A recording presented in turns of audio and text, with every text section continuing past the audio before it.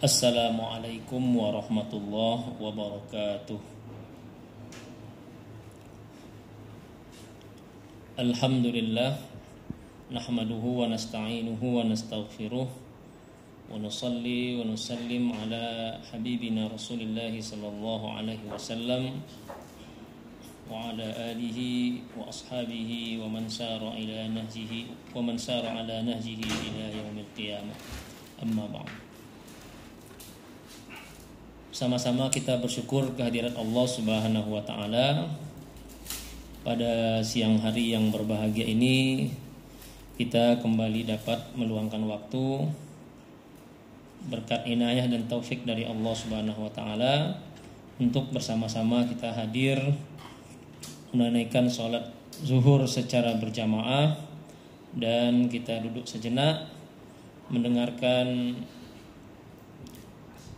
satu hadis dari Rasulullah sallallahu alaihi wasallam. Mudah-mudahan waktu yang kita luangkan di kesempatan yang berbahagia ini mendapatkan limpahan pahala dan berkah dari Allah Subhanahu wa taala. Amin ya rabbal alamin. Sebagaimana biasa, setiap Rabu pekan kedua kita akan membaca kitab Al-Arba'in An-Nawawiyah. Pada pertemuan yang lalu kita sudah sampai pada hadis ke-18. Maka insyaallah pada siang ini kita akan membaca dan sama-sama memeti hikmah dari hadis yang ke-19. Baik, bismillahirrahmanirrahim. Wa bisanadinal muttasil ilal musannifi rahimahullahu ta'ala qala. Al-hadisus tasi'u asyar. Hadis yang ke-19. An Abil Abbas Abdullah ibni Abbas radhiyallahu anhuma qala kuntu khalfan nabi sallallahu alaihi wasallam yauman faqala ya ghulam inni uallimuka kalimatin ihfazillaha yahfazka ihfazillaha tajidhu tujahak wa iza sa'alta fas'alillah wa iza ista'anta fasta'in billah wa'lam annal ummata law ijtama'at ala ay yanfa'uka bi syai'in ay yanfa'uka la yanfa'uka illa bi syai'in qad katabahu Allahu lak wa in ijtama'u ala ay yadurruka bi syai'in lam yadurruka illa bi syai'in qad katabahu Allahu alaik rufi'atil aqlamu wa jaffatis suhuf rawahu at-Tirmizi wa qala hadisun hasanun sahih wa fi riwayatin ghairi at-Tirmizi ihfazillaha tajidhu amamak ta'arraf ilallahi fir raha ya'rifka aw fir riha ya'rifka fis shiddah wa'lam anna ma akhta'aka lam yakun liyusibak wa ma asabaka lam yakun liyukhti'ak wa'lam anna an-nasra ma'as sabri wa anna al-faraja ma'al karbi wa anna ma'al usri yusra. Jamaah yang dirahmati Allah Subhanahu wa taala, ini hadisnya cukup panjang. Mungkin karena waktu yang terbatas kita hanya akan bisa menjelaskannya secara singkat. Hadis yang ke-19 dari Abil Abbas Abdullah bin Abbas. Ya, diriwayatkan dari Abu Al-Abbas Abdullah bin Abbas atau yang kita kenal dengan nama Ibnu Abbas. Jadi yang berjasa menyampaikan hadis ini kepada kita ini adalah Ibnu Abbas radhiyallahu anhu.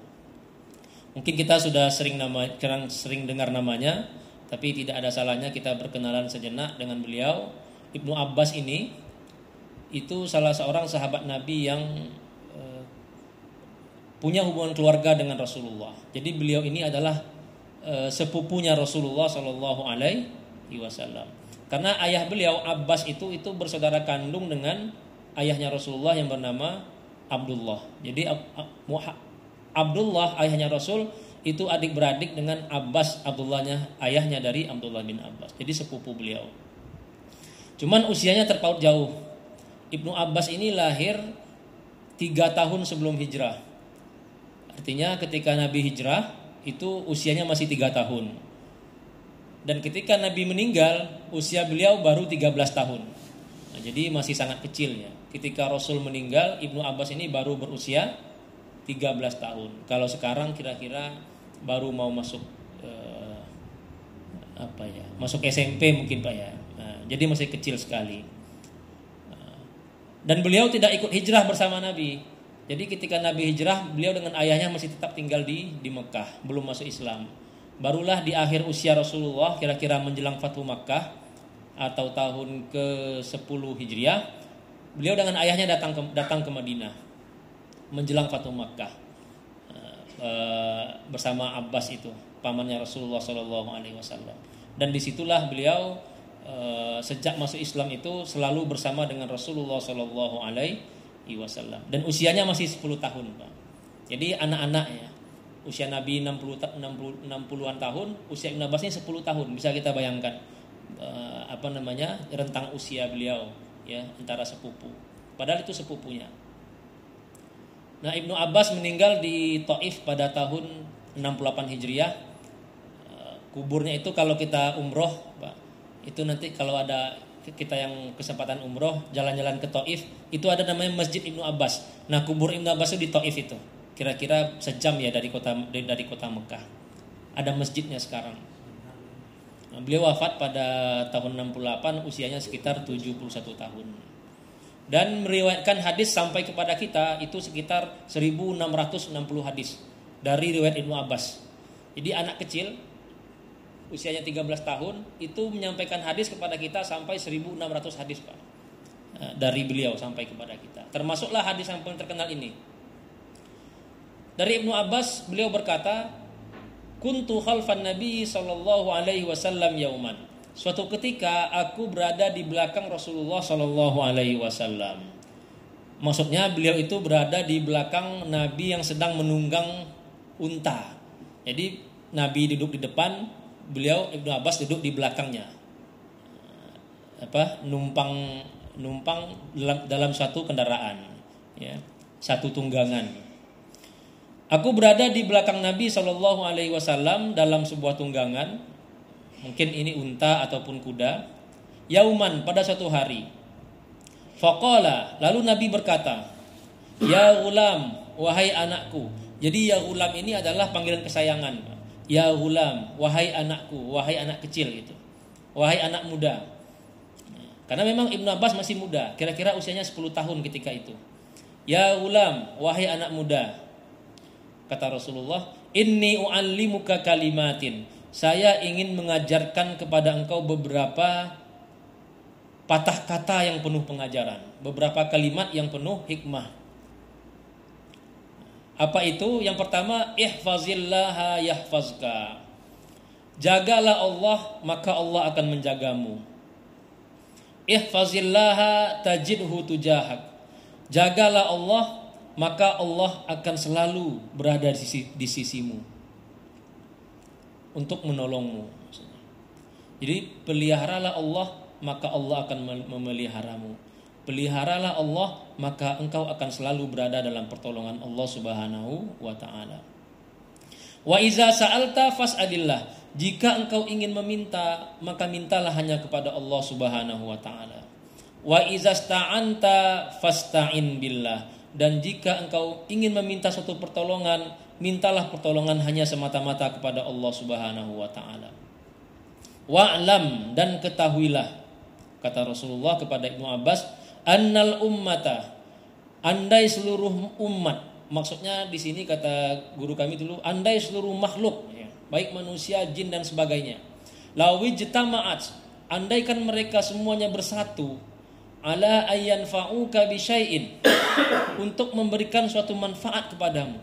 Andai seluruh makhluk bersepakat memberimu suatu keuntungan, suatu kebaikan, la yanfa'uka illa bisyai'in qad katabahu Allahu laka. Niscaya mereka tidak akan mampu melaksanakan itu kecuali kalau memang sesuatu itu telah digariskan Allah untukmu. Wa ini jitama'u ala ayyadurruka bisyai'in, dan sebaliknya, andai seluruh makhluk bersepakat untuk memberikan suatu mudarat kepadamu, lam yadurruka illa bisyai'in qad katabahu Allahu alaika. Mereka tidak akan mampu memberi mudarat kepada engkau kecuali sesuatu yang memang telah Allah gariskan ke atasmu. Rufi'atil aqlam, pena penulis takdir telah diangkat.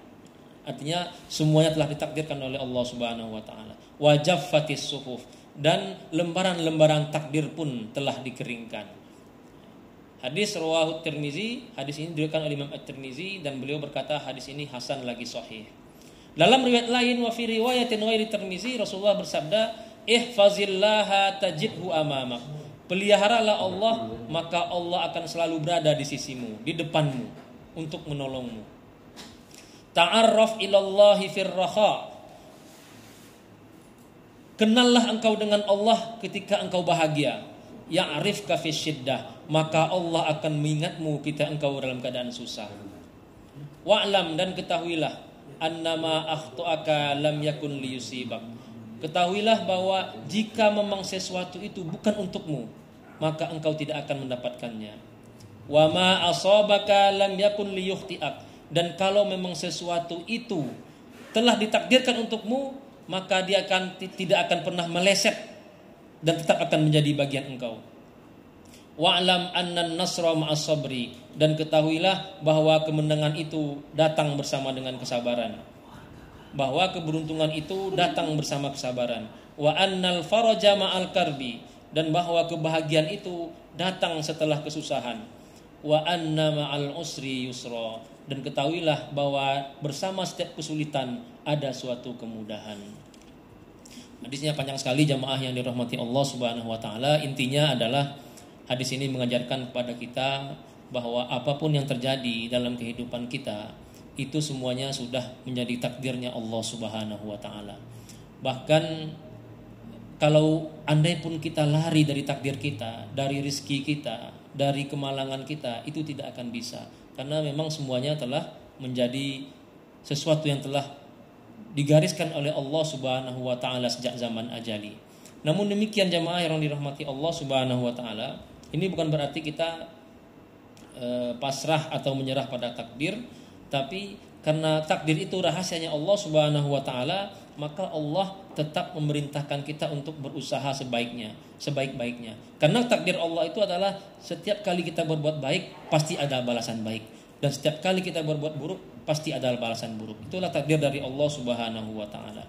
Dan Rasulullah sisi mengingatkan kepada kita bahwa andai seluruh manusia, seluruh makhluk bersepakat mencelakakan kita, tapi kalau memang itu bukan takdirnya Allah Subhanahu wa taala, itu takkan bisa.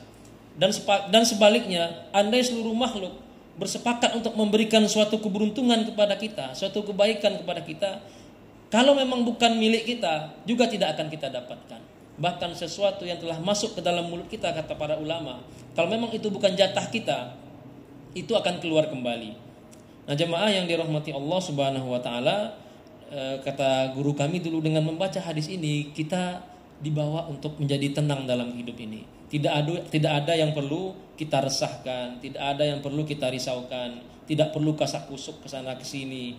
Kalau memang sesuatu itu sudah menjadi jatah kita, maka insya Allah tetap akan menjadi sesuatu yang telah ditakdirkan Allah Subhanahu wa taala kepada kita. Dan kalau engkau ingin minta pertolongan, kata Rasulullah, jika engkau ingin meminta satu bantuan, mintalah hanya kepada Allah Subhanahu wa taala.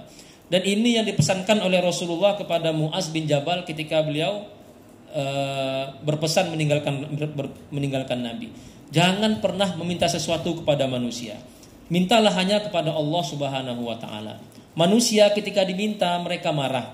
Sebaliknya Allah Subhanahu wa taala ketika tidak diminta justru dia marah. Inilah beda manusia dengan Tuhan. Tuhan kalau kita tidak minta kepadanya, justru Allah itu marah. Makanya Allah mengatakan, "Ud'uni, mintalah kepadaku. Astajib lakum."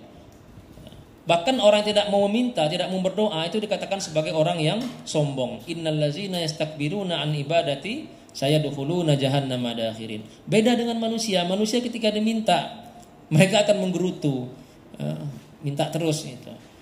Apalagi mintanya berulang-ulang. Oleh karena itu Nabi mengatakan, fa iza sa'alta fas'alillah. Jika ingin meminta, mintalah hanya kepada Allah Subhanahu wa taala.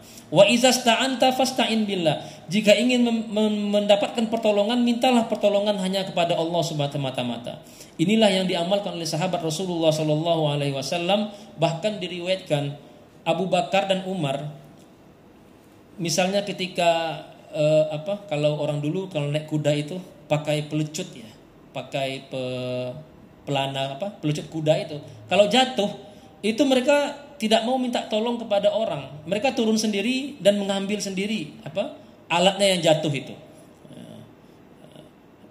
Karena mereka mendengar Rasulullah sallallahu alaihi wasallam, "Izasta'anta fasta'in billah." Jika ingin minta tolongnya hanya kepada Allah Subhanahu wa taala.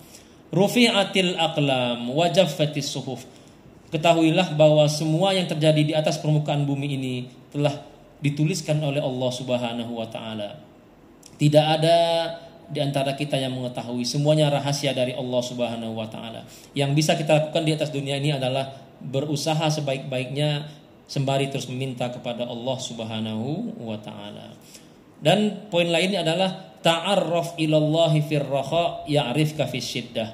Ingat-ingatlah Allah ketika engkau senang, maka Allah akan ingat kepadamu ketika engkau susah. Jadi ketika kita diberi rezeki, ingat-ingatlah kepada Allah Subhanahu wa taala. Ketika kita dalam keadaan lapang, ingat-ingatlah kepada Tuhan.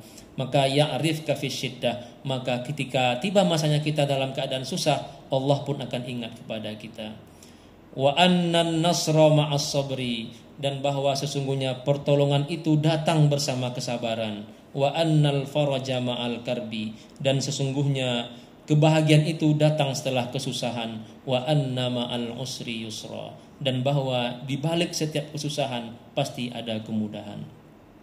Mungkin ini yang dapat kita sampaikan dari hadis Rasulullah Sallallahu Alaihi Wasallam yang singkat ini. Walaupun hadisnya sangat panjang, mudah-mudahan ada mutiara hikmah yang dapat kita petik dalam kehidupan kita, dan mudah-mudahan Allah jadikan kita sebagai hamba-hambanya yang selalu bahagia dengan takdirnya Allah Subhanahu wa taala. Amin ya rabbal alamin. Ini yang dapat saya sampaikan. Usikum wa nafsi bittaqwallah. Lebih kurang mohon maaf. Wassalamualaikum warahmatullahi wabarakatuh.